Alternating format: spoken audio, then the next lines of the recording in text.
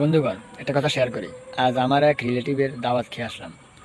দাওয়াত খেতে গিয়ে সেখানে একটা পরিবেশ দেখলাম। মোটামুটি ছোটদের মধ্যে যারা বিচক্ষণ বা চালাক বা প্রাপ্তবয়স্কর পথে, এদের মধ্যে 4, 5, 6 এই লেভেলের ছেলে এবং মেয়ে। আমি দেখলাম এদের কাছে মোবাইল ফোনটা মোটামুটি সারাটা দিন বলতে গেলে পুরোপুরি নিয়ে তাদেরই নিয়ন্ত্রণে। তারা সকাল থেকে বিকাল পর্যন্ত মানে সারাক্ষণ তারা মোবাইল ব্যবহার করতেছে, মোবাইল আসক্ত, মোবাইল মোবাইল তাদের পুরোপুরি সময়। একটা যে এনজয় করা, আনন্দ করা, আনন্দ মুহূর্তটা উপভোগ করা, আত্মীয় স্বজন, বিয়ে বাড়িতে রিলেটিভরা আসে, এদের সাথে পরিচয় করব, তাদের এইখানে তাদের এই দিকে কোনো খবর নাই। বাড়িতে কেমন তা জানি না, বাড়িতে হুবহু প্রত্যেকটা পরিবারে মোটামুটি ছোট থেকে বড় এ 1, 2, 3, 4, 5 এই ক্যাটাগরি ছেলে মেয়েদের হাতে মোবাইল বেশিরভাগ থাকে। তার প্রত্যেকের বাড়িতে গিয়ে তো দেখা সম্ভব না, কিন্তু বিয়ে বাড়িতে অনেকে একসাথে হয়, সেখানে তাহলে দেখলাম। তাহলে তাদের গার্ডিয়ানরা কই থাকে?